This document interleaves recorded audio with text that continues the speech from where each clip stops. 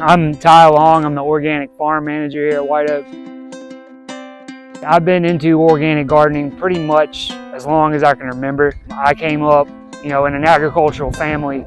As new chemicals came out here and there, my grandfather in particular was very distrustful of it. So we continued to do things kind of the old way, which is organic now. Back then it was just agriculture. Well, these all look really good. Most of the things that you buy in a store are picked green and allowed to ripen. They're ripened and put in the right amount of humidity and the right amount of temperature.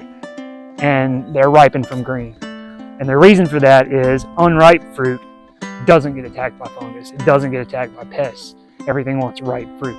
So if you pick it all off, you have a much higher success rate on your fruit. You get a much higher yield, but it doesn't taste as good because it doesn't have the time to produce the proper sugars.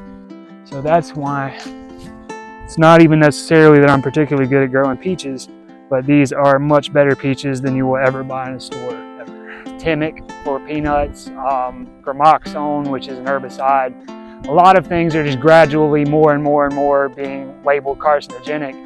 And you have new things coming out on the market every day that have not been tested, and we don't know what's going to happen with them in 50, 60 years.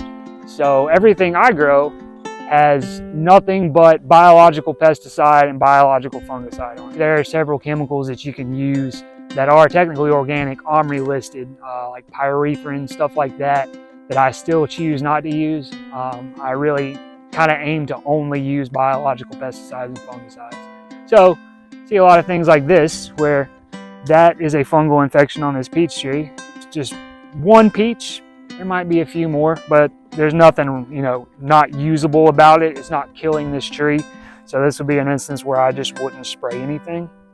I just kind of let things take their course. My main goal out here and in the garden is to replicate natural processes as much as possible. So I have kind of like a no-till system I do in the garden where I use animals to till up. I only use animal waste as fertilizer.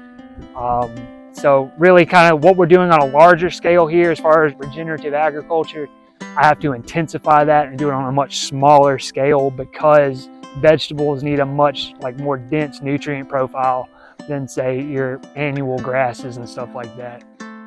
So I'm always kind of trying to figure out a way to get those nutrients in there that everything needs to grow, because vegetables are so far removed from their natural state that they require a lot.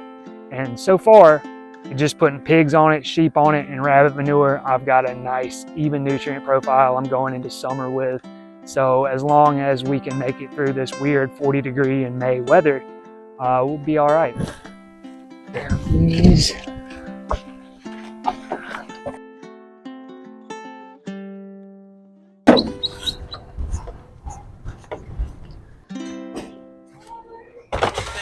Yes, ma'am.